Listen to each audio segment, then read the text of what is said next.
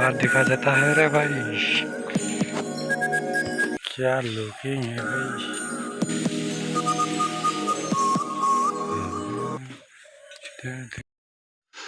इधर से तो आप सभी को अच्छे से हम लोग पहाड़ को नहीं दिखा पाएंगे, तभी आपको ये तो नज़ारा दिखा सकते हैं, सुंदर सा नज़ारा।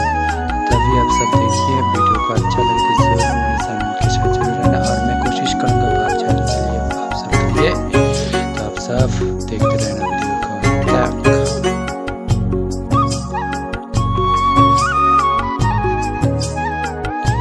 आप सब देख सकते हो भूटान माउंट हमारे इधर से दिखा जा रही, बहुत ही अच्छे दिख रहे हैं, बहुत सुंदर लग रही है भाई, क्या ही बताए, बहुत ही अच्छा दिख रहा है।